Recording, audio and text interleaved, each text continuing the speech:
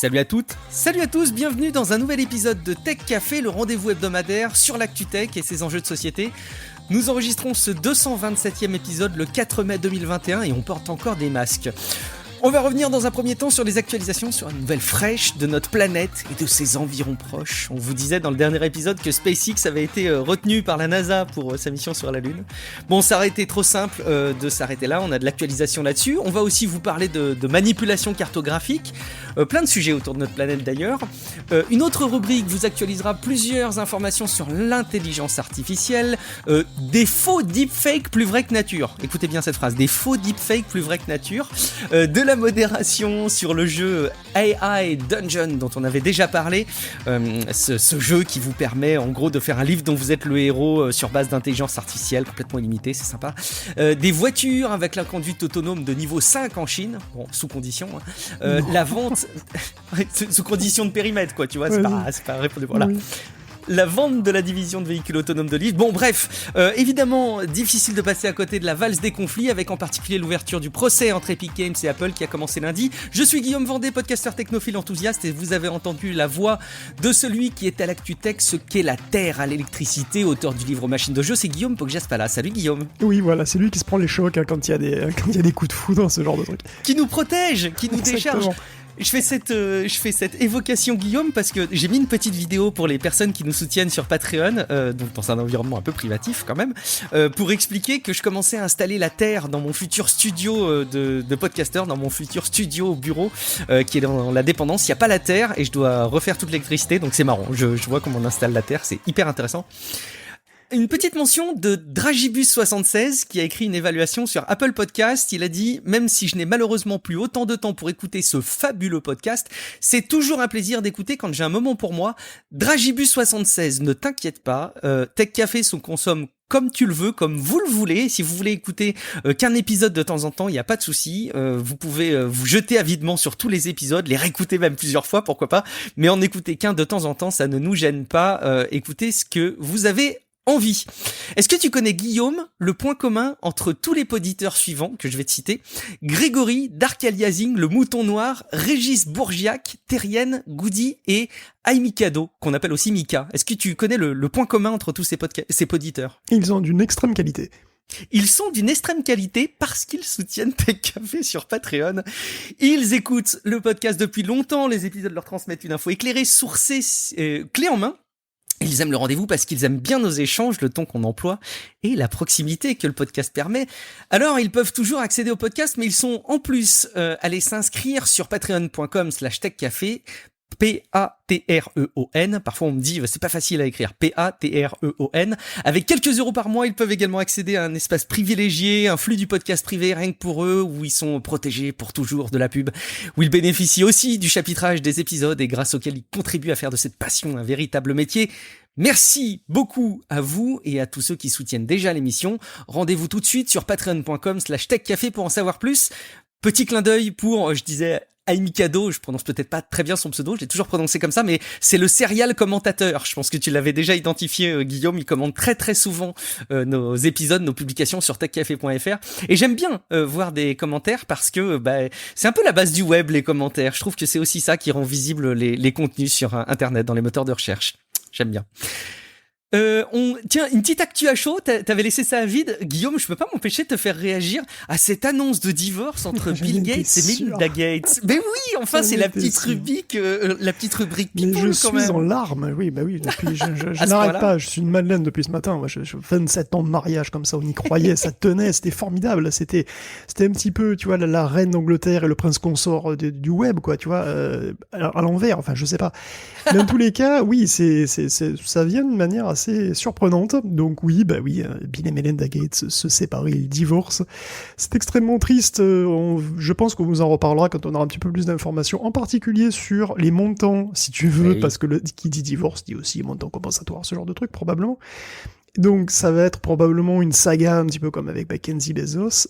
Pour l'instant, franchement, il n'y a pas plus d'infos que voilà, ils s'aimaient, ils se sont vus, ils se sont plus, ils se sont aimés, mais c'est fini, c'est terrible.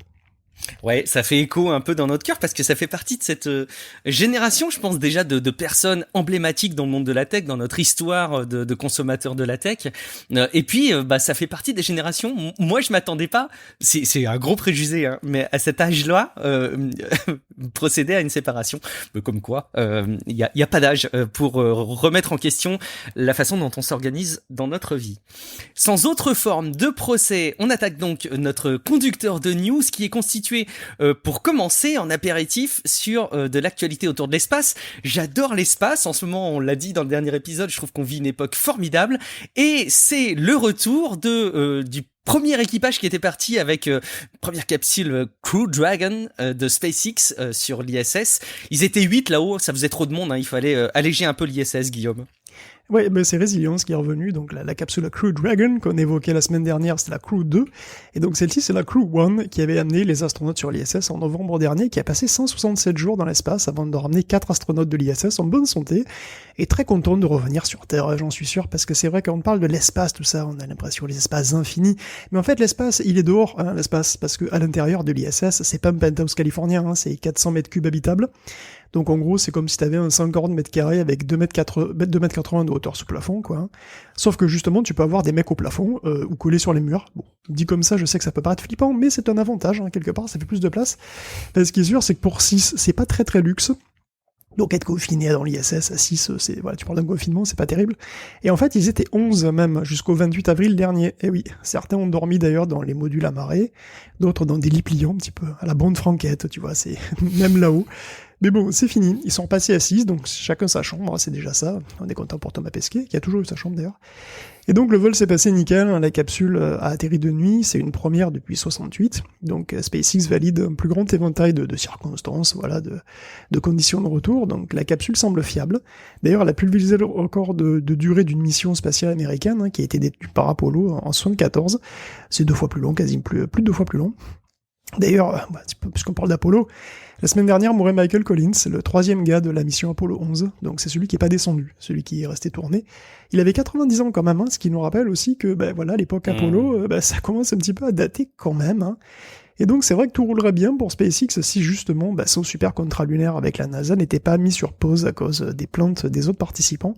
Parce qu'au grand jeu concours qui veut gagner des milliards, hein, qui se transforme quand même en tout le monde veut prendre sa place, il y a évidemment, il y a des gens qui sont pas contents, il y a, donc, j'avais pas mentionné la semaine dernière qu'il y avait Bezos qui avait râlé déjà, et donc après Blue Origin, c'est Dynetics qui s'y est mis, et ils se sont plaints auprès alors c'est le Government Accountability Office, qui devrait décider si la plainte est justifiée, donc il était question de changement de conditions de dernière minute, et la NASA qui n'a finalement opté que pour un seul prestataire au lieu de 2, donc voilà, les 2,9 milliards pour SpaceX sont donc suspendus à la définition du GAO.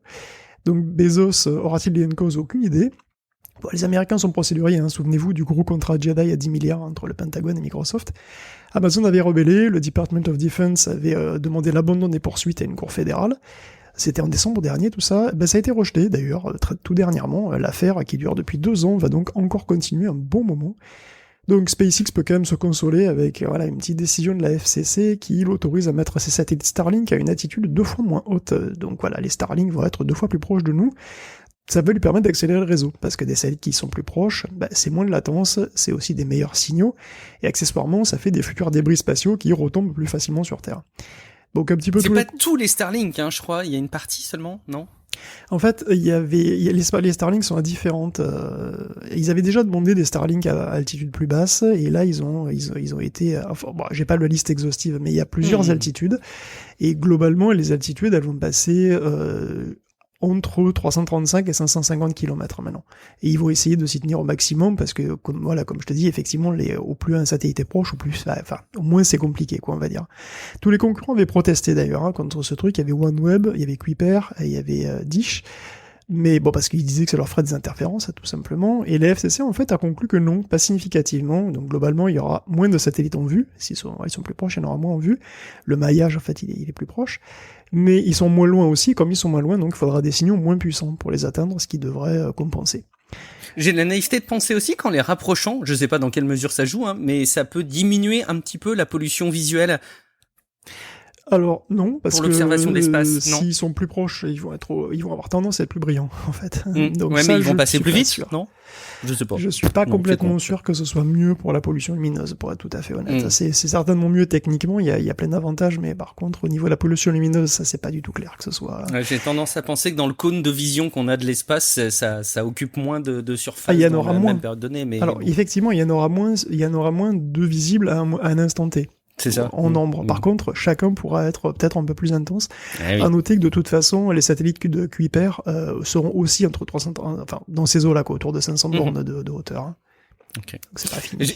Vas-y. Je regardais au passage la publication de Thomas Pesquet qui a pris en photo l'arrivée de la capsule Crew One dans l'atmosphère qui est complètement en feu. T'imagines quand tu vois, en plus c'était l'anniversaire d'un des mecs juste la veille, c'est beau. Je suis complètement calé sur cette histoire d'ISS là. Moi c'est vraiment le truc qui me passionne en ce moment. T'imagines de voir tes potes avec qui tu viens de fêter l'anniversaire rentrer dans l'atmosphère sous toi telle une boule de feu qui revient sur Terre. Oh, ça doit être estomacant. C'est des moments incroyables dans la vie d'un homme, je pense. Ah bah ça c'est clair, le mec il se réveille sur l'ISS et le soir il est à Houston quoi. Enfin c'est incroyable, c'est dingue, c'est incroyable.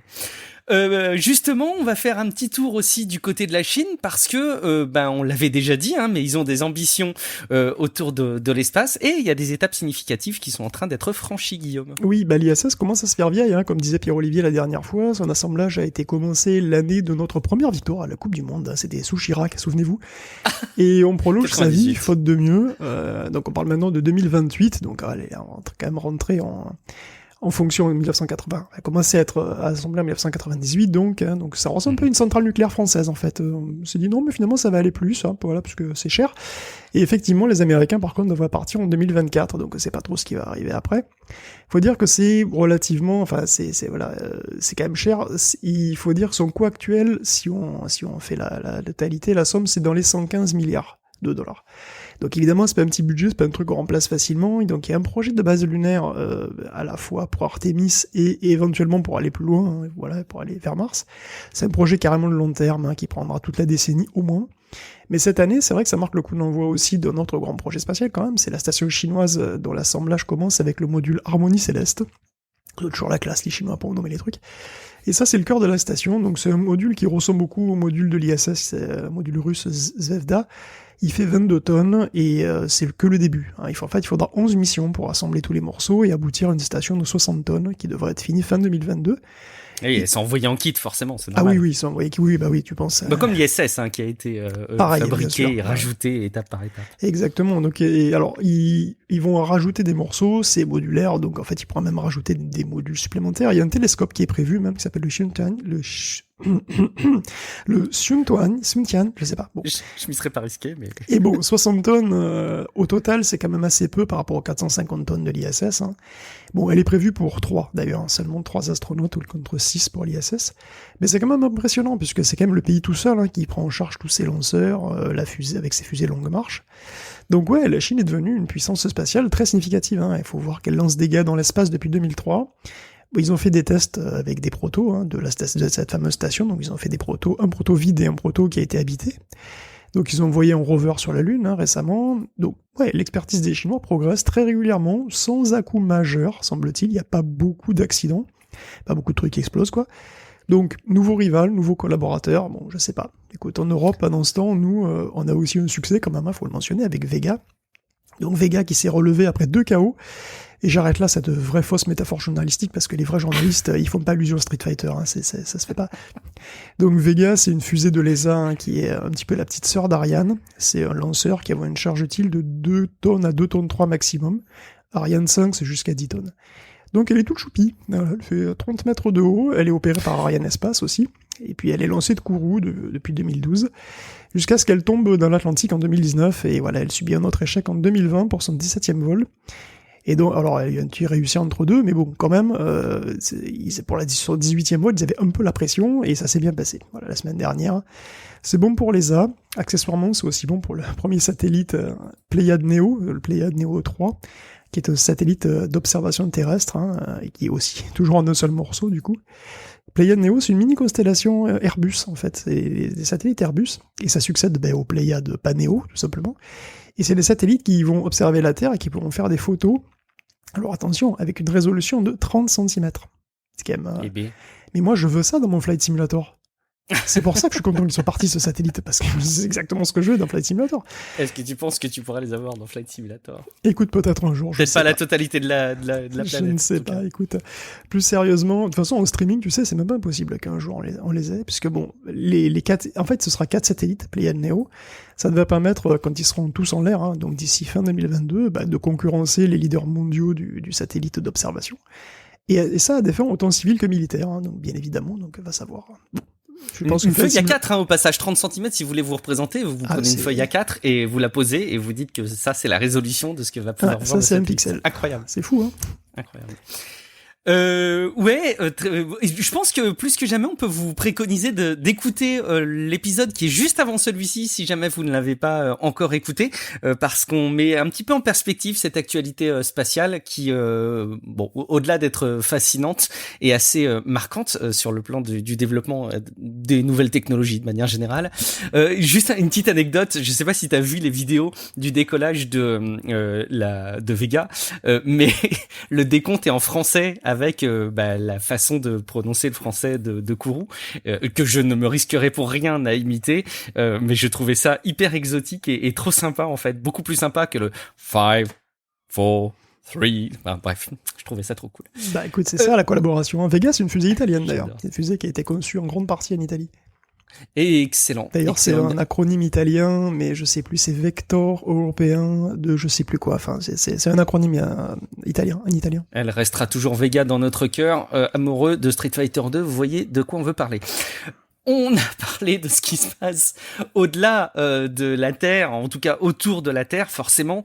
Et pourtant, tu vas nous ramener sur la cartographie de la Terre parce que il y a des phénomènes qui se passent actuellement qui sont déroutants. C'est les traitements de la cartographie de notre monde.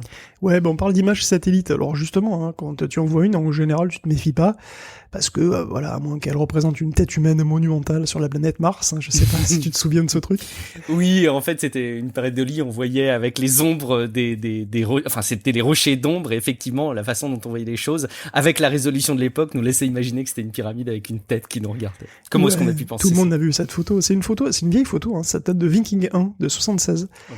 Et c'est une photo qui a été intégrée comme ça par la pop culture, elle est restée d'ailleurs, alors que il y a des photos beaucoup plus récentes, comme celle de Mars Global Surveyor, qui montre bien que c'est juste une colline en fait. Et alors, elle a un nom, elle s'appelle Sidonia Mensae.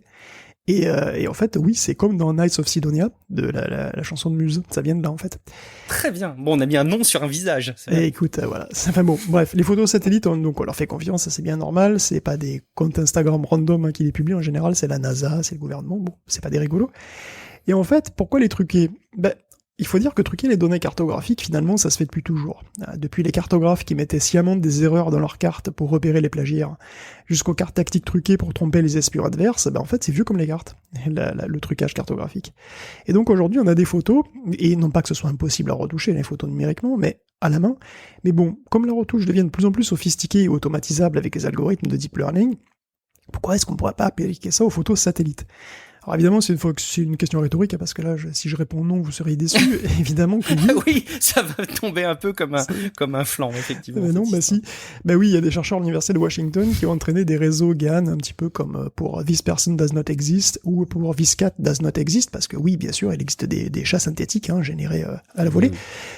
Donc ces réseaux ont vu pas mal de photos, comme d'habitude, et ensuite, les chercheurs se sont penchés spécifiquement sur 3 zones, Seattle, Tacoma et Pékin, et leur modèle, donc, du coup, est capable de générer des images satellites à partir de simples plans. En noir et blanc, tu traces une sorte de schéma, et après, selon les caractéristiques que tu choisis, il peut te transformer ce plan en une image satellite crédible, avec des caractéristiques qui soient propres aux 3 villes. Donc en fait, tu peux avoir une photo satellite de Tacoma comme si elle était dans le style de Pékin, ou avoir des photos satellites de structures urbaines qui n'existent pas du tout, dans un style américain ou chinois, comme tu veux. Donc alors évidemment, les chercheurs connaissent leur modèle, donc ils savent aussi reconnaître ces productions, donc c'est des caractéristiques chromatiques sont assez particulières. Donc la détection des deepfakes, là, elle est possible. Néanmoins, c'est peut-être que le début d'une nouvelle ère, qui sera celle du deepfake géographique en plus de tout, quoi. On n'avait pas besoin de ça. Voilà. Je sais pas si tu as vu passer aussi un article du New York Times qui parle d'une bataille qui a lieu sur OpenStreetMap pour de la manipulation cartographique. Donc OpenStreetMap qui, c'est un peu le Wikipédia de Google Maps par certains aspects. Imaginez-vous que c'est un outil de cartographie collaboratif. Et il y a des enjeux de trafic de cartes, notamment autour de la Chine. Je vous mettrai le lien dans les notes de l'émission. C'est hyper intéressant de voir ce qui peut se passer autour de la cartographie, qui évidemment a des forts enjeux, mais surtout quand c'est des outils comme OpenStreetMap qui peuvent être utilisés par tout un chacun. Parfait, merci Guillaume pour cette première rubrique, et on va se servir de cette dernière news autour des deepfakes géographiques pour évidemment introduire cette seconde partie autour des robots et autour des intelligences artificielles, parce que on a quand même un cas d'actualité hyper intéressant, assez cocasse, qui nous amène à constater l'efficacité d'un algorithme de deepfake qui en fait n'en est pas un. C'est-à-dire que plusieurs personnes ont été trompées par une personne qui apparaissait en visio, une personnalité politique, et il a été identifié que cette personne n'était pas la vraie personne. Il a été pointé du doigt. C'était la personne aux deux personnes. C'est ça. Bon, raconte-nous cette histoire, c'est assez captivant. Ouais, mais la dernière fois, j'ai conclu l'émission en fait en évoquant une news qu'on n'avait pas eu le temps de traiter, et finalement c'est tant mieux, parce qu'il s'avère qu'elle était fausse, tout simplement. S'il s'agissait de la prétendue utilisation du deepfake pour tromper des parlementaires européens. C'est Pierre-Olivier qui nous a aidé à ne pas tomber dans le panneau. Et tout à fait, exactement, merci Pierre-Olivier. Donc c'est un gars qui se faisait passer pour Leonid Volkov, donc il a appelé sur Zoom quelques politiques anglais, lituaniens, lettons et estoniens, donc ça c'est vrai. Et toute la presse avait relayé un usage du deepfake, fort inquiétant, et c'était compréhensible, il semble que finalement ce soit même Volkov lui-même, qui est le premier à évoquer un deepfake sur Facebook.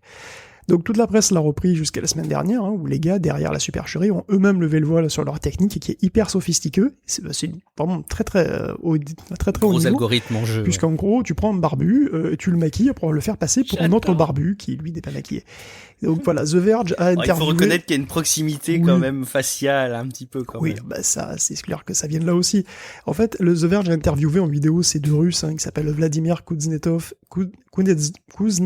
oh là, j'ai du mal ce soir, et Alexei Sotoliarov. C'est pas moi qui vais me moquer de toi.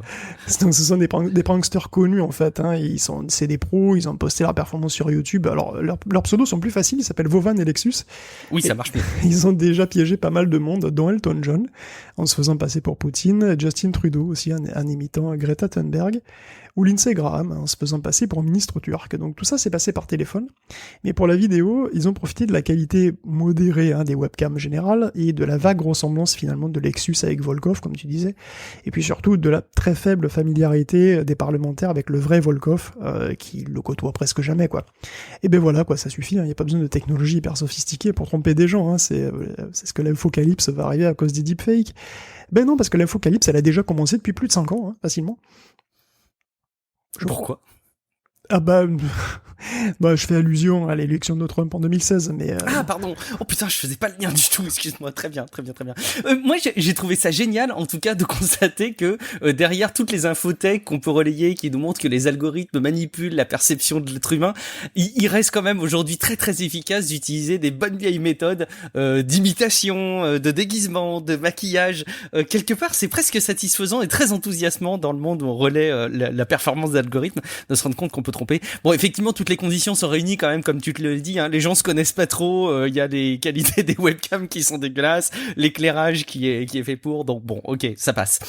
Tu vas nous parler aussi d'un autre algorithme d'intelligence artificielle que tu nous avais déjà partagé, qui s'appelle AI Dungeon. Pour resituer les choses, encore une fois, imaginez-vous que c'est une aventure textuelle, un petit peu comme un livre dont vous êtes le héros, donc interactif, mais où il y a rien de préécrit, tout se base sur un algorithme qui vous génère à la volée les réponses aux éléments que vous saisissez. Et évidemment, ça inspire plein de joueurs sur l'utilisation qui peut être faite de cet outil, Guillaume. Mais oui, d'ailleurs, parfois un site est particulièrement bien nommé, tu vois. Je pense que c'est le cas de AI Dungeon, où on peut se faire des films, effectivement, avec GPT-3, donc ce modèle de langage, le langage préféré pour dépotiser des grands, puisque il a lu à peu près tout ce qu'on a trouvé à lui filer à lire sur Internet.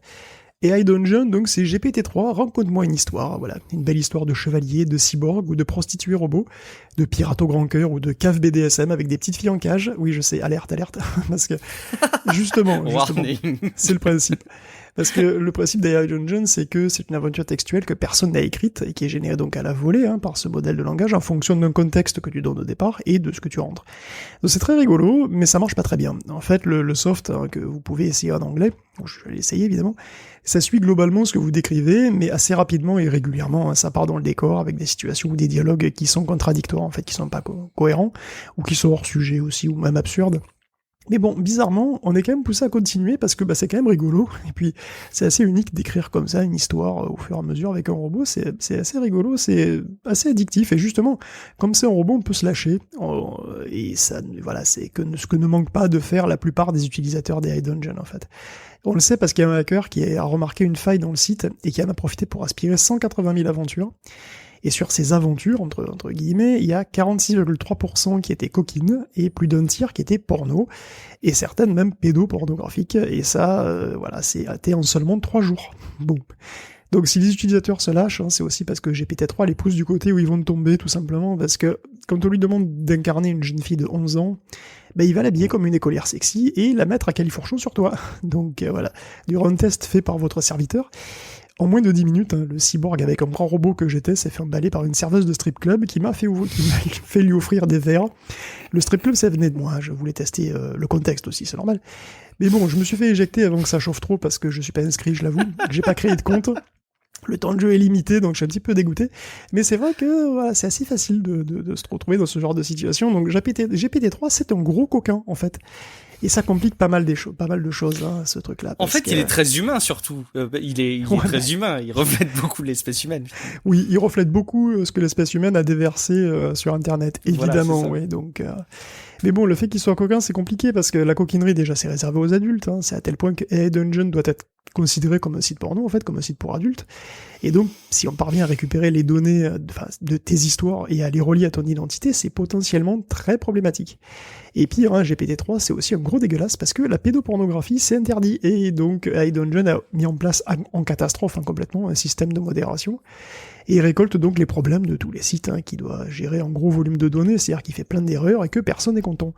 D'une part, le filtre chope tout et n'importe quoi, mais surtout, ce qu'il flague, c'est lu par des humains. Des modérateurs, du coup, qui jugent si c'est problématique ou pas.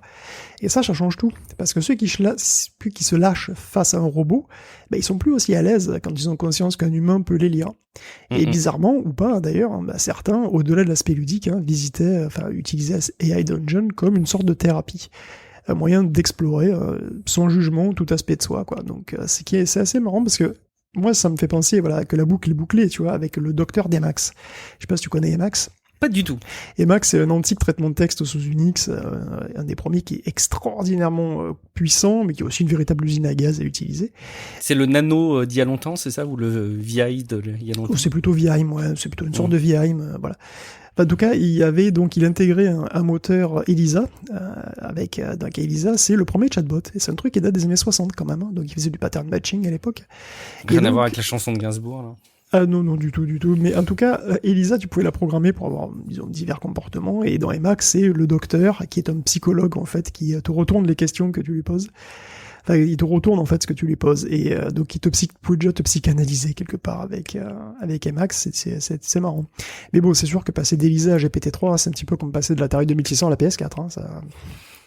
Est-ce que le problème de AI Dungeon, ce serait pas le fait de pouvoir enregistrer les contenus? Est-ce que finalement, si jamais tout se passait à la volée sans être enregistré, sans qu'il y ait de log, est-ce que ça réglerait pas une bonne partie du problème? Pourquoi est-ce que tout ça est enregistré en fait et consultable? Alors, je suppose que d'une part, il y a pour améliorer le truc, tout simplement, parce que pour voir où est-ce qu'il part dans le décor, pour voir, je sais pas, je suppose qu'il y a ça. Bien sûr. Ouais. Et puis, les données, c'est important parce que AI Dungeon, comment il se finance en fait, tu vois. Alors que si tu réfléchis et que tu te dis, les gens se livrent complètement sur AI Dungeon. Donc en fait, ils confessent peut-être même indirectement leurs désirs les plus secrets finalement et les plus pressants. Donc est-ce que c'est pas une manne publicitaire extraordinaire d'avoir tu vois, un truc comme ça, quoi. C'est au moins aussi bon que de savoir quelle vidéo porno tu regardes. Bon, j'ai testé moi aussi dans le cadre de la préparation de cette émission. J'ai pas eu les mêmes idées que Guillaume, mais effectivement, c'est rigolo de tester l'algorithme et de voir comment est-ce qu'il réagit. Les choses sont pas souvent très crédible en fait, mais la manière dont c'est restitué est quand même très très impressionnante. Après tout, allez tester aussi de votre côté, vous verrez ce qu'il en est. Je vous le disais en intro, on a du nouveau autour des véhicules avec la conduite autonome, parce que ça y est, en Chine, hein, ça avance assez rapidement. On a une société qui a commencé à proposer des trajets sans chauffeur, tout simplement, Guillaume. Ben oui, c'est Baidu. Baidu, c'est le Google chinois, hein, c'est souvent ce qu'on dit. Et c'est à tel point qu'ils ont aussi une filière de voitures autonomes comme Waymo pour Google. Et comme Waymo, ils conçoivent un service de taxi qui vient juste de commencer son exploitation commerciale. Ça, c'est vrai que c'est marrant. Ça s'appelle Apollo Go, pour être précis. Et ça déplace des gens tout seuls, effectivement, mais seulement entre 8 endroits prédéfinis dans un périmètre relativement petit de 2,5 km. Donc c'est un système de navette en fait, entre 8 stations, donc c'est quand même un truc qui est même moins ambitieux encore que les robotaxis de Waymo qui sont confinés autour de Phoenix aussi. Hein. Donc ça rappelle aussi plutôt les projets de navettes japonaises qu'on avait, donc ou de petites fourgonnettes de livraison hein, qui devaient arriver sur les routes, hein. Souvenez-vous pour les Jeux Olympiques de 2020 à Tokyo, ça n'a pas eu lieu. Mais bon, voilà, ça devrait se passer cet été, donc j'ai pas trop d'infos sur tous ces projets. Hein. C'était des bus Toyota qui devaient rouler, on a vu des démos, mais bon, voilà, étant donné le nouvel état d'urgence à Tokyo en particulier, je sais pas, on verra. Ce qui est sûr, c'est que, à propos de Toyota d'ailleurs, c'est qu'ils ont racheté la division Level 5 de Lyft. Alors, et celle-là, elle fait pas de jeux vidéo, hein, c'est niveau 5, donc c'est comme pour le niveau d'autonomie dont tout le monde rêve, hein, c'est-à-dire l'autonomie maximale, donc le niveau quasi humain, où une voiture peut rouler n'importe où, sans avoir de carte préalable, peut réagir à toutes les situations. Et donc Toyota rachète donc Level 5 à Lyft, qui comme Uber d'ailleurs, jette l'éponge hein, sur la conduite autonome. Donc c'est 500 millions de dollars, 200 comptants et le reste à crédit. Donc il y a des facilités de paiement. J'aime beaucoup ce genre de truc. Bon, oui, mais c'est marrant. Enfin bon, souvenez-vous, Lyft aussi en son temps, hein, il avait annoncé que la plupart des courses seraient faites par des robots en 2021. Bon, ça a raté, hein, je crois. Et la conduite autonome est toujours pas généralisée, mais Toyota, plutôt discret sur le sujet, s'y intéresse quand même de plus en plus, hein, puisqu'il a investi aussi dans Pony.ai, qui est une start-up de conduite autonome sino-américaine, et qui voudrait bien devenir une licorne, mais qui pour le moment reste un poney. Bon, d'une manière générale, la conduite autonome avance petit à petit, avec plus de prudence, il y a plus de prudence dans les déclarations qu'il y a 5 ans, on va dire, ça c'est sûr. Mais il y a quand même de plus en plus d'acteurs sur plusieurs segments différents. Si on résume un petit peu, on a quand même Waymo évidemment, mais on a Cruise, c'est General Motors et Honda. On a Argo, c'est Ford et Volkswagen. On a Motional, c'est Hyundai et Aptiv. On a Zoox, c'est Amazon, et oui, il est aussi dedans. Et puis on a Aurora, qui a repris la technologie d'Uber. Et puis évidemment, on a Tesla. Et puis aussi Mobileye, c'est-à-dire Intel. Donc ça, on n'a pas beaucoup d'Européens là-dedans. Hein. Alors, il n'y a pas beaucoup d'Européens. Il y a Volkswagen. Pas du tout, si je dis pas de bêtises. Il y a Volkswagen, quand même. Oui, pardon. Oui, il y a quand même Volkswagen. Puis bon, c'est pas une liste exhaustive, parce qu'en plus, il y a aussi les Chinois. Donc il y a Baidu et AutoX, etc. Et j'ai pas parlé d'Apple d'ailleurs, hein, parce qu'il va sans doute se positionner officiellement un jour là-dessus. Mais bon, beaucoup envisagent principalement des voitures, et en particulier des services de taxi, hein, sauf Tesla. Mais il y a aussi des camions. Il y a Kodiak ou Embark. Il y a aussi Waymo et Aurora, d'ailleurs, qui s'intéressent un petit peu aux camions. Et il y a aussi la livraison de proximité avec des petites camionnettes, comme les Nuro, par exemple. Et donc, pour le moment, c'est quand même très dur de dire qui va gagner un marché rentable et quand. Donc voilà. Mais Business Insider a quand même publié un classement, qui a été fait par Guidehouse, qui sont supposément des experts du domaine. Hein. Donc, même si je connais pas du tout cette boîte, ils donnent une note en fonction de la technologie, de la stratégie, de l'exécution. Voilà. Alors, à ton avis... Le dernier va vous surprendre. Alors, qui arrive en premier, à ton avis? Waymo. Moi, j'ai vu qui était le dernier. Oui, c'est Waymo, effectivement, avec 85,6%. Le deuxième, c'est qui? Ça va vous surprendre. Je les ai plus en tête après, par contre. Ça va vous surprendre. Le deuxième, c'est Nvidia. Et je sais, ça peut paraître bizarre, hein, mais en fait, Nvidia a une pile software-hardware qui est très très utilisée par la plupart des gens finalement qui font des assistances à la conduite. Beaucoup en fait utilisent au moins un morceau de Nvidia. Donc après il y a Argo, donc Ford, puis Baidu, puis Cruise, puis Motional, puis Mobileye.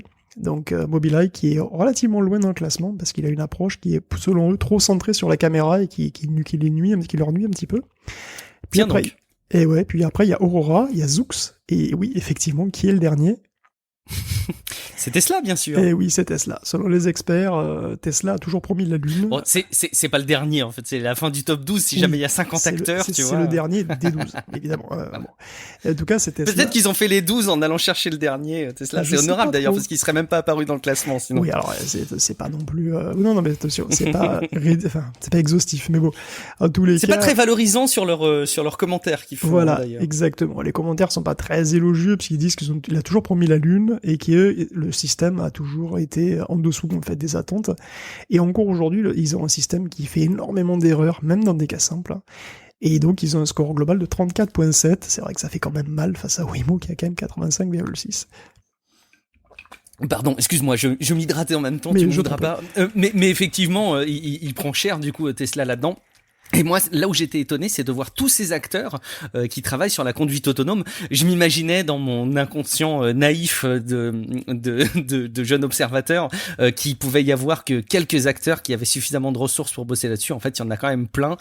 Et après, tout en mieux. Je pense que quand il y a plein d'acteurs comme ça, c'est aussi un signe qu'il y a une émulsion et des perspectives intéressantes.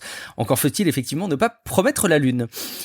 Dernière rubrique traditionnelle d'actu dans Tech Café pour parler évidemment de la bataille qui s'annonce. Alors je le disais en intro, pour moi l'élément le plus emblématique c'est le conflit, le procès qui s'ouvre aux États-Unis depuis le début de semaine entre Epic Games et Apple.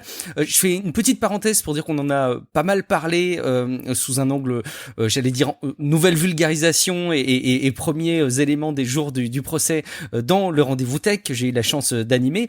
Mais c'est pas le seul sujet qui tourne autour de la distribution des applications et on va voir que ça concerne beaucoup d'acteurs et beaucoup de sujets, Guillaume. Ouais, tout à fait. Alors on va passer une section, on va parler beaucoup de gros sous en fait, et c'est vrai que c'est la période de l'année où il y a des résultats trimestriels. Donc on peut dire un mot peut-être sur les finances des grosses boîtes tech. Oui, parce que je suis inquiet pour elles, Guillaume. Oui, tu sais que ça m'inquiète de savoir si elles vont bien ou pas bien. J'ai l'impression qu'elles vont pas bien en ce moment. Ben, je te rassure, ça va. Honnêtement, je suis rassuré. Ça va. Oui, parce que Amazon, elle est super bien en 2020, il va super méga bien en 2021, puisque c'est un trimestre en hausse de 44% par rapport à la même période de l'an dernier, avec 108 milliards de ventes. Donc la boîte est aussi quand même pas mal dans l'actu social, Amazon. Donc il y a par ailleurs annoncé d'ailleurs une hausse de salaire pour 500 000 employés. C'est une hausse de salaire qui est très variable selon les cas. Mais bon, voilà, on sait que les appels à syndicalisation continuent, même si c'est pas gagné, comme on l'a vu à Bessemer. Ce qui est sûr, c'est que le business Amazon se porte, lui, comme un charme. Bon, Google, lui, avait légèrement accusé le coup de la pandémie l'an dernier. Bon, là, il est remis, c'est bon. Trimestre record à 18 milliards de bénéfices, et puis c'est une bonne nouvelle supplémentaire, enfin c'est une presque bonne nouvelle. Il perd même moins de fric sur le cloud, puisque lui, il est en retrait quand même par rapport à Amazon et Microsoft, et donc il cherche à se faire une place dans les nuages, et le chiffre d'affaires est en hausse, et la perte, elle est en baisse. Donc il perd moins de 2 milliards, c'est dire si c'est la fête. C'est même moins que les autres paris, Waymo, Verily et compagnie, qui perdent collectivement 1,5 milliard. Donc c'est très acceptable du point de vue de Google, ne t'inquiète pas.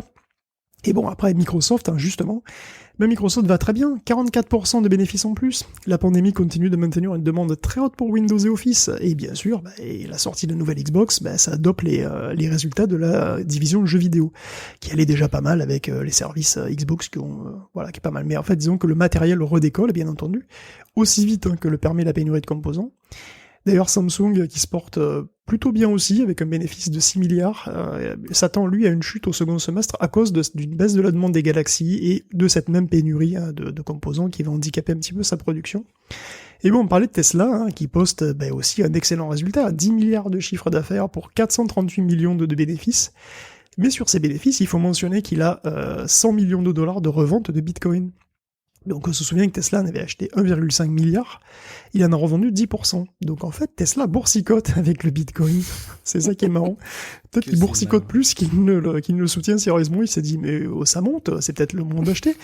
C'est quand même rigolo. Et bon, toujours dans les bénéfices, il y a aussi quand même 518 millions qui viennent de crédits d'impôt vert. Donc, j'en avais expliqué que d'autres constructeurs, atteignent pas leur quota de voitures électriques dans certains États, et bon, du coup, ils achètent à Tesla du crédit vert, globalement. Donc, c'est plus de 600 millions qui ne viennent pas du cœur de métier de vente de voitures. Alors, est-ce que c'est pour ça que l'action de Tesla a perdu 3% après publication, ou juste parce que l'action de Tesla est déjà vraiment très haute, je sais pas, tu sais, les voix de Wall Street, bon.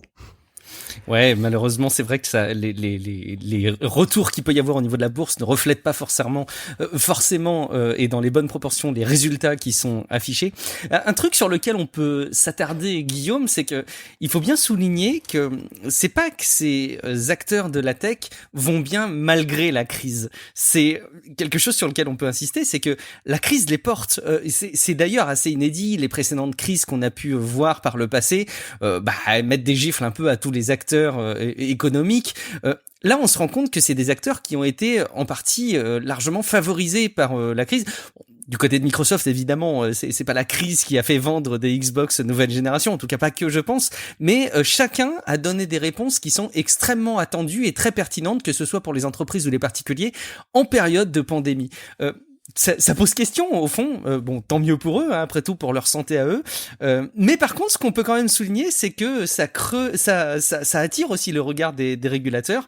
Et justement, il y a matière à surveiller. Et là, on peut déjà pointer du doigt ce qui se passe en Europe, parce que ça y est, hein, l'Europe a rendu des conclusions préliminaires sur la situation de la musique sur iOS. Évidemment, on regarde la trajectoire qu'il peut y avoir. C'est un affrontement entre Spotify et Apple Music. Apple a 3 mois pour répondre, Guillaume. Ouais, c'est le festival des procès de toute façon en ce moment. Hein. Il y a le procès Epic Apple qui s'est ouvert lundi, donc on va en reparler juste après. Mais c'est pas tout, puisqu'il se fait aussi attaquer par l'UE pour abus de position dominante sur la musique en ligne. Bon, sans surprise, c'est une procédure qui fait suite à la plainte de Spotify. Donc Spotify, c'est une boîte suédoise, donc une boîte européenne. Et donc sur les paiements de l'App Store qui sont obligatoires chez Apple via l'App Store. Donc c'est des facilités de paiement que tu payes avec 30% puis 15% de commission quand même, 15% à partir de la deuxième année. Et donc Apple impose non seulement son propre système de paiement, mais surtout il interdit aussi de proposer ou même de mentionner des alternatives moins chères. Donc comme on l'avait dit, il est interdit dans une appli Apple de mettre un lien vers un site externe où on peut payer autrement. Donc, et puis d'ailleurs, Spotify n'est pas le seul à râler là-dessus. Il y a Deezer, il y a Netflix aussi, et évidemment Epic, avec lui d'ailleurs tous les membres de la coalition pour la App Fairness qui contestent le monopole d'Apple sur iOS, et ça donne des idées à d'autres. Comme par exemple Humble Bundle, mais oui, Humble Bundle qui, avec assez peu d'humilité finalement, attaque Valve pour abus de position. Rappelle-nous qui est Humble Bundle, parce que tout le monde ne les connaît pas, je pense. Ce serait intéressant de rappeler un petit peu. Ça a commencé comme un bundle de logiciels qu'on achetait un prix libre. Un lot, quoi. Un prix libre, exactement, un lot d'applications qu'on achetait un prix libre et dont les produits, dont les bénéfices étaient reversés en partie à des associations. Et c'est devenu un magasin d'appli, en fait, tout simplement. C'est devenu un magasin de jeux, un petit peu comme les autres, finalement. Et évidemment, il se confronte du coup aux autres magasins, puisqu'il n'arrête pas de grossir. Et bon, c'est vrai que Valve, c'est le plus gros acteur. Valve, franchement, il doit l'avoir mauvaise, parce que lui, il était peinard, il était tranquillou bilou, c'était le maître incontesté du jeu PC. C'est le passage obligé si tu veux vendre un nombre raisonnable de copies. Évidemment, sur ces copies, il prend lui aussi 30% au passage. C'est la machine à cash ultime, en réalité. Donc il y avait des petits stores alternatifs, effectivement, il y a Humble Bundle, il y a GOG, il y a Itch.io, bon ok. Mais bon, franchement, c'est très très bien de faire semblant qu'il y avait de la concurrence, parce que comme ça allait très bien à Valve, et puis voilà. Mais finalement, il y a qu'Epic qui est arrivé avec son Game Store et qui vraiment challenge Valve. Donc Epic est bourré de jeux gratuits et évidemment il fait pas que ça, il prend aussi la moitié de la commission de Valve. Donc Epic attaque Apple et du coup on vient de lui demander des comptes, souviens-toi. Donc c'est quand même vraiment marrant. Et bon, tout ce bazar autour des stores monopolistiques qui prennent 30% de commission, ça attire l'attention sur lui. Et ça c'est pas bon. Du coup, maintenant, voilà, Humble Bundle la ramène, et attends, tu connais pas la dernière, parce qu'on parle de Humble Bundle, mais Microsoft s'y met aussi. Et Microsoft, on le connaît bien, tu sais, c'est celui qui se poignarde dans le bide, tout seul, et qui saigne du cage jusqu'à ce que tu te noies dedans. C'est vraiment ça, quoi. Microsoft, c'est un kamikaze qui te suicide. Après les milliards qui sort milliard sur milliard pour racheter la moitié des développeurs de la planète, après le Xbox Game Pass... qui te propose des centaines de jeux pour quasiment rien, voilà que Microsoft baisse sa commission pour les Games for Windows de 30 à 12%, comme Epic. Donc ça commence à faire pas mal de pression, en vrai, pour Valve, qui avait rien demandé. Et on va le dire juste après dans les infos qui sont issues justement du procès Epic et Apple, c'est que en plus ils avaient prévu aussi, ils l'envisageaient aussi sur Xbox. Oui, mais attends, mais ça aurait pu... Non, mais c'est ça. Tu sais que, honnêtement, ça aurait pu être encore effectivement bien pire. Ça, c'est un truc qui a dû faire sauter au plafond des mecs de chez Sony, et je pense qu'ils sont encore accrochés. Parce que Microsoft avait envisagé de baisser sa commission sur les jeux Xbox à 12%, pareil. Tu te rends compte du coup de tonnerre dans les couilles que ça représente pour la concurrence ? Parce que les consoliers... Oui, parce que rappelons que le 30%, c'est pas quelque chose que pratique Apple de manière individuelle, quoi. C'est quelque chose qui est très communément répandu, bien avant que l'App Store existe d'ailleurs. Oui, et alors Xbox, Sony et Nintendo prennent 30% sur le software. Voilà. Mais c'est super important pour eux, puisque eux, les consoliers en général, ils vendent soit à perte, soit à prix coûtant leur console, et ils se refont sur le software. Donc ces 30%, c'est leur marge, en réalité. Donc si tu divises par 2,5 leur marge du jour au lendemain, à mon avis, il va pas rester grand monde. Et ça, c'est vrai que c'est des trucs qu'on sait grâce au procès Epic Apple. Donc oui, c'est lundi que c'est ouvert ce procès, et donc sur Fortnite, l'App Store en particulier, mais comme le clame Epic, c'est beaucoup plus large. Donc Epic assure ne pas attaquer pour décrocher un super deal avec Apple, mais pour un changement de paradigme qui va impacter tout le monde, tous les développeurs du monde.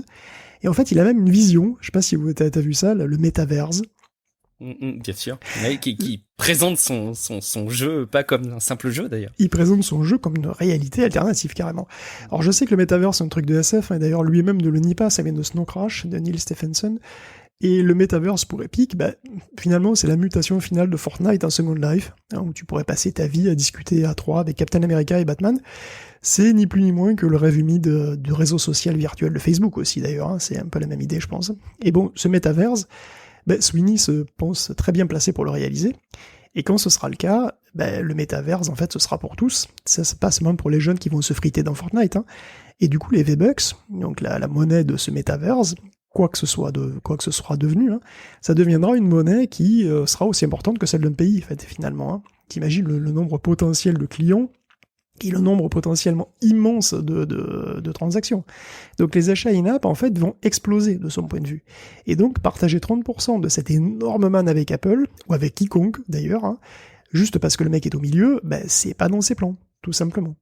C'est pour ça qu'il est prêt à perdre des centaines de millions. C'est plus dans ses plans, pour être précis, parce qu'on a vu des infos sortir. Ils avaient un projet avec Apple d'un package Apple Fortnite en 2019 où tu aurais pu payer une seule somme pour avoir un abonnement avec des avantages sur Fortnite, plus Apple Music, plus Apple TV+, plus que sais-je. Incroyable quand même ça. Ouais, c'est vrai que c'est dingue, effectivement. Bon, pour y arriver, pour le moment, Epic est prêt à perdre énormément de fric. Epic, c'est quand même gros, c'est quand même 1 milliard de bénéfices en 2020. En 2 ans sur iOS, Fortnite aurait rapporté 700 millions. Donc c'est quand même un vrai manque à gagner qu'il soit pas sur iOS. Mais ils peuvent se le permettre, comme de perdre encore 600 millions en 2021 sur l'Epic Game Store, puisque c'est à peu près ce qu'ils envisagent de faire. Parce que pour Sweeney, finalement, c'est un investissement d'attaquer Apple, tout simplement. Bon. Reste que Metaverse ou pas, c'est vrai qu'on apprend à la suite des auditions et des dossiers qui fuitent un petit peu, plein de trucs, dont des trucs qui n'ont rien à voir, comme le fait qu'Apple considérait un temps Google comme un rival sérieux sur la messagerie. Alors que, quand on voit le foutoir complet que c'est les messageries Google, on rigole pas mal, mais bon. En 2013, souvenez-vous que Google voulait racheter WhatsApp. Et là, ils ont balisé, évidemment. Bon, pour le cas lui-même, on apprend que Fortnite n'est pas sur xCloud parce que Epic considère Microsoft comme un concurrent.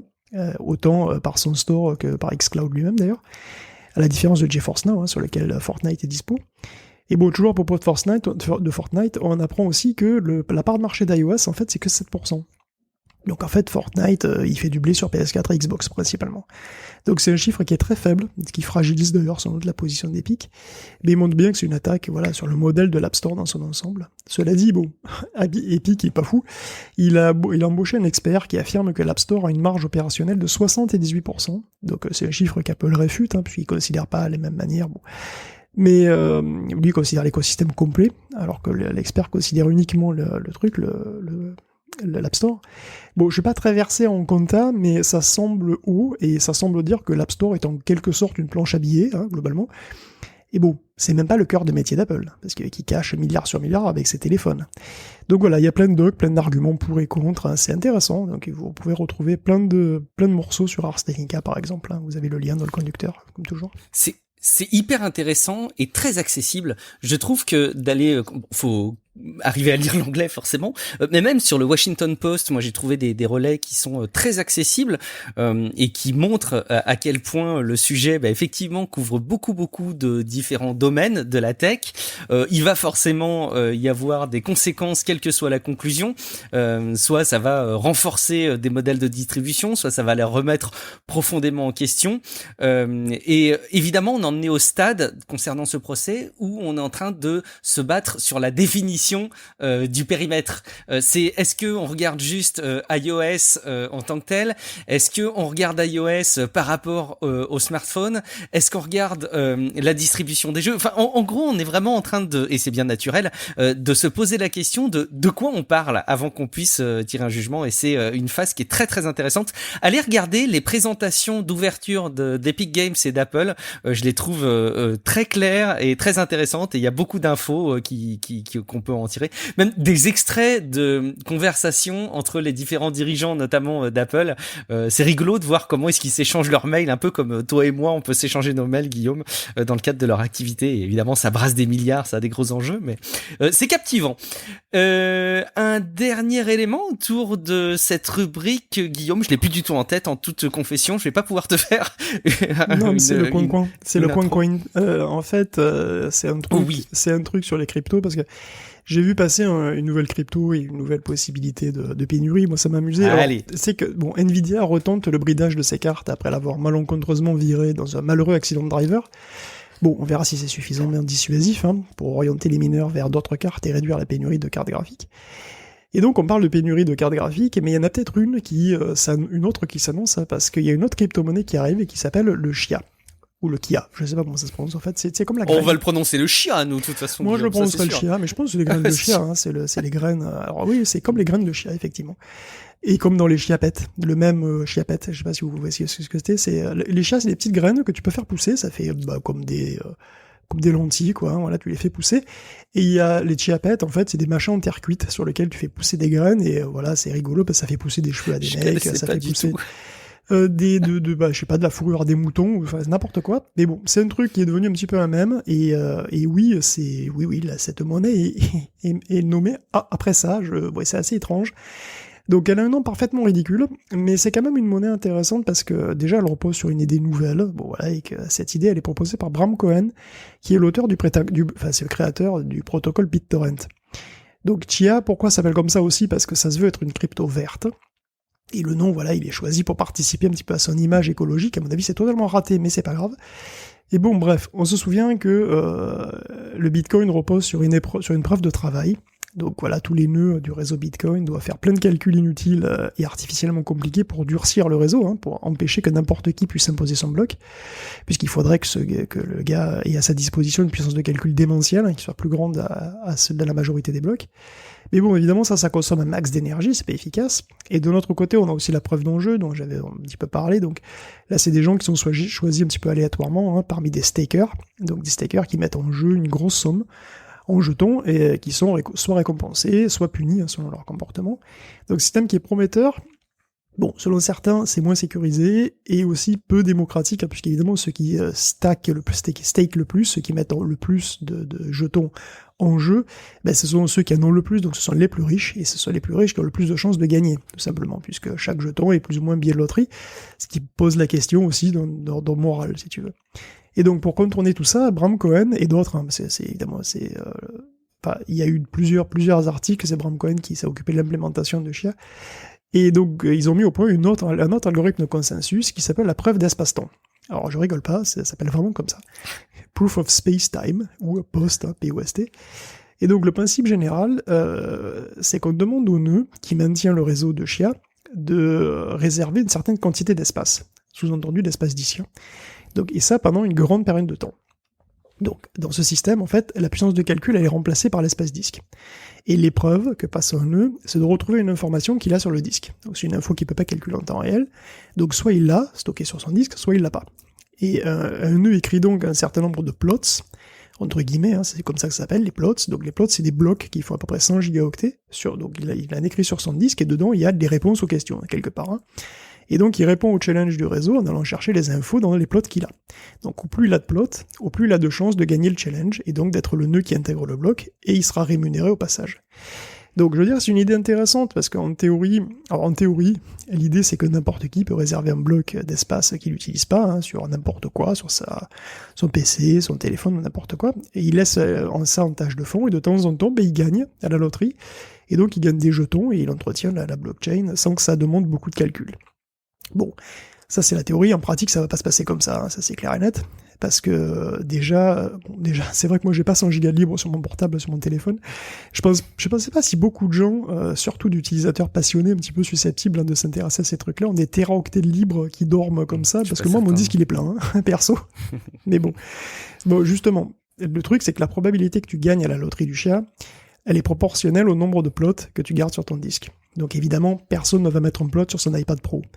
Ce qui va se passer, c'est que les gens vont acheter en masse des disques durs de 12 téraoctets, pour en mettre des centaines, si possible.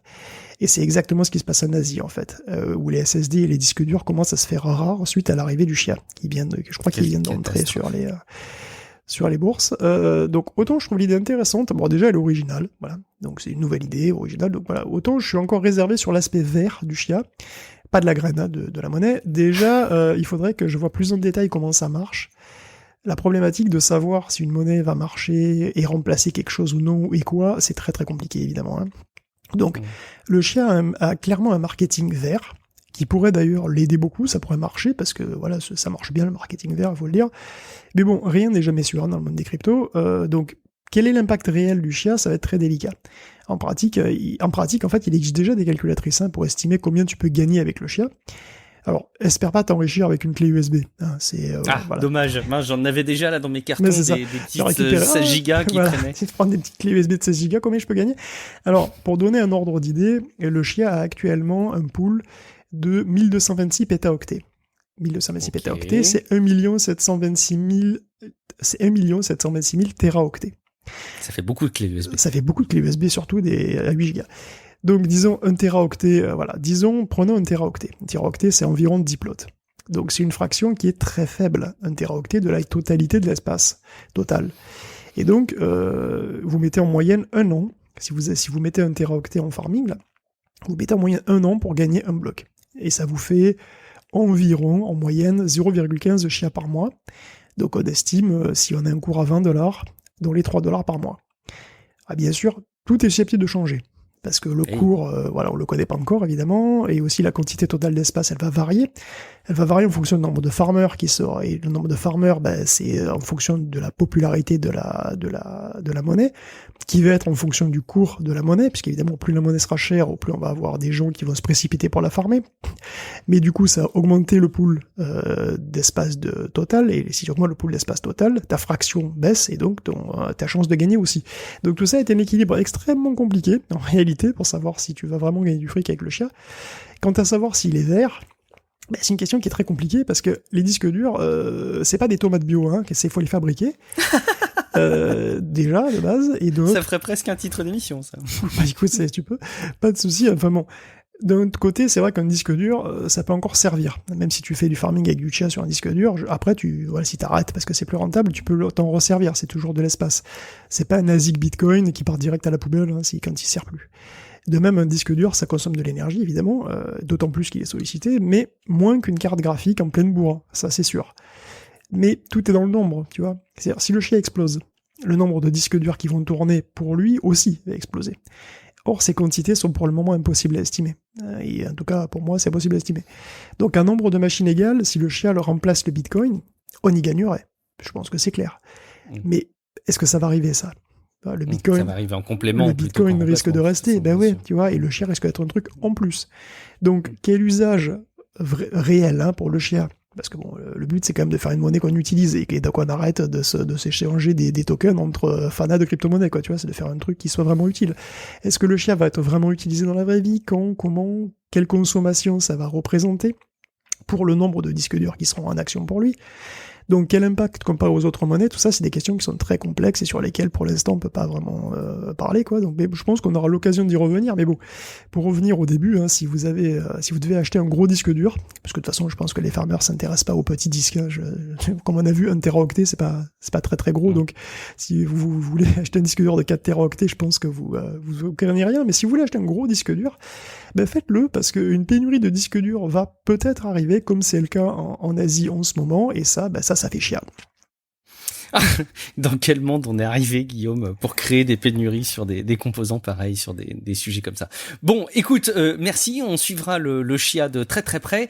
Et je vais me hâter quand même pour qu'on puisse terminer nos dernières news, parce que tu avais prévu quand même de relayer quelques infos autour des jeux vidéo. T'as vu, je prends des pincettes maintenant, je déroulais pas forcément en intro quand je suis pas certain de moi, mais un petit mot quand même pour Sony, qui a vendu un nombre explosif de PS5. Ils ont fait un meilleur démarrage que la PS4, Guillaume. Oui, on conclut rapidement avec Sony, vite fait. C'est Sony, la PS5 se vend bien, hein, elle se vend finalement le mieux possible, en considérant l'état des stocks, hein, puisqu'ils en ont vendu 7,8 millions de consoles au 31 mars. Donc c'est un petit poil mieux que la PS4, qui durant la même période avait écoulé 7,6 millions en 2014, mais elle n'avait pas connu, il me semble, de pénurie aussi grave. Du coup, Sony engage un profit record, et doit se retrousser les manches, hein, parce qu'elle va produire encore plus, parce qu'elle sort aussi en Chine. Eh ben. Ouais, la PS5 arrive le 15 mai dans l'empire du milieu, comme on dit, avec le volume de clients potentiels là-bas. On pourrait croire que le milieu c'est merveilleux, mais pas forcément en fait, parce que les consoles étaient interdites là-bas jusqu'en 2014. Donc du coup les Chinois sont des gamers PC et portables plutôt. Donc les consoles se vendent là-bas, mais c'est pas non plus l'orgie, hein, donc ça évolue. La Switch s'est fait une petite place par exemple.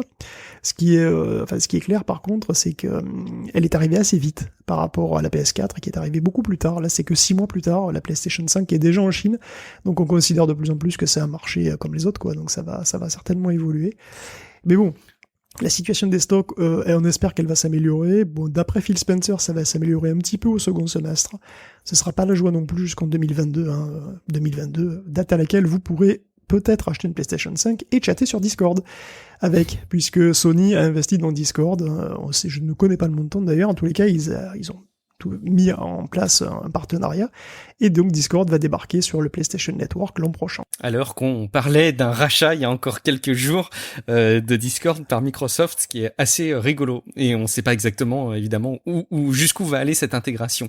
J'ai été surpris moi de voir que les consoles étaient interdites en Chine jusqu'en 2014, et je me suis remémoré Guillaume, une époque où on relayait je sais pas si c'est vraiment concordant au niveau des dates, mais toutes ces innovations autour des smartphones pour jouer aux jeux vidéo, et je me dis que la Chine était probablement un marché très approprié. C'est le marché principal, oui, tout à fait. D'ailleurs, c'est une news qu'on va finalement pas traiter, mais c'était une news sur MiHoYo, où les mecs, parce que bon, chez MiHoYo, c'est les gens qui font Genshin Impact et Honkai Impact, c'est des jeux qui ont un succès monumentaux, et c'est un développeur chinois.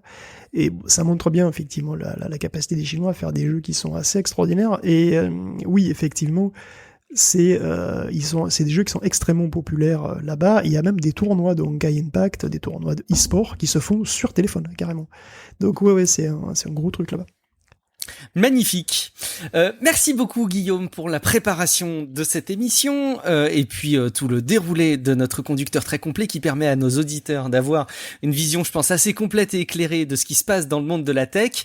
Si jamais vous êtes d'accord avec moi, le meilleur moyen pour nous soutenir, je vous l'ai dit en intro, c'est d'aller jeter un coup d'œil à notre page Patreon, patreon.com/techcafé.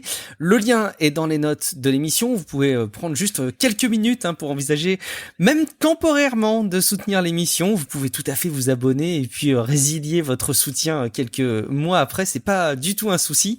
C'est hyper important pour nous, bien entendu.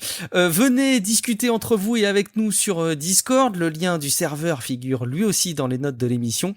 Et puis si jamais vous aimez bien nos voix, nos façons de relayer les différents sujets, je pense que vous devriez vraiment vous abonner à Paraculte, qui est un podcast sur la pop culture. On vous parle de choses qu'on a aimées. Dans le dernier épisode, je vous ai parlé d'Oko, une bande dessinée. Je refaisais le montage, Guillaume, quand j'épelais Oko. Ça me faisait sourire. Bon, Oko, et ça s'écrit au cacao. Voilà. Donc une bande dessinée dans l'univers médiéval fantastique japonais, et Guillaume Poggiaspola recommande pas mal de titres de jeux vidéo, dont des jeux sur PS Vita, un store de jeux vidéo en devenir. C'est garanti 100% en plaisir et c'est dispo dès maintenant dans votre app de podcast. Paraculte, P-A-R-A-C-U-L-T-E. Guillaume, où est-ce qu'on peut te retrouver à titre individuel sur internet ? Et sur Paraculte et aussi sur PS Vita, je suis un des derniers en France, je sais. Un ambassadeur de premier nom. Merci beaucoup Guillaume. Je suis Guillaume Vendée, vous me retrouvez sur guillaumevendée.fr. Merci beaucoup de votre fidélité. Pensez à partager cet épisode autour de vous. Rendez-vous dans une semaine pour un nouvel épisode de Tech Café. Ciao à toutes et à tous. Ciao à tous.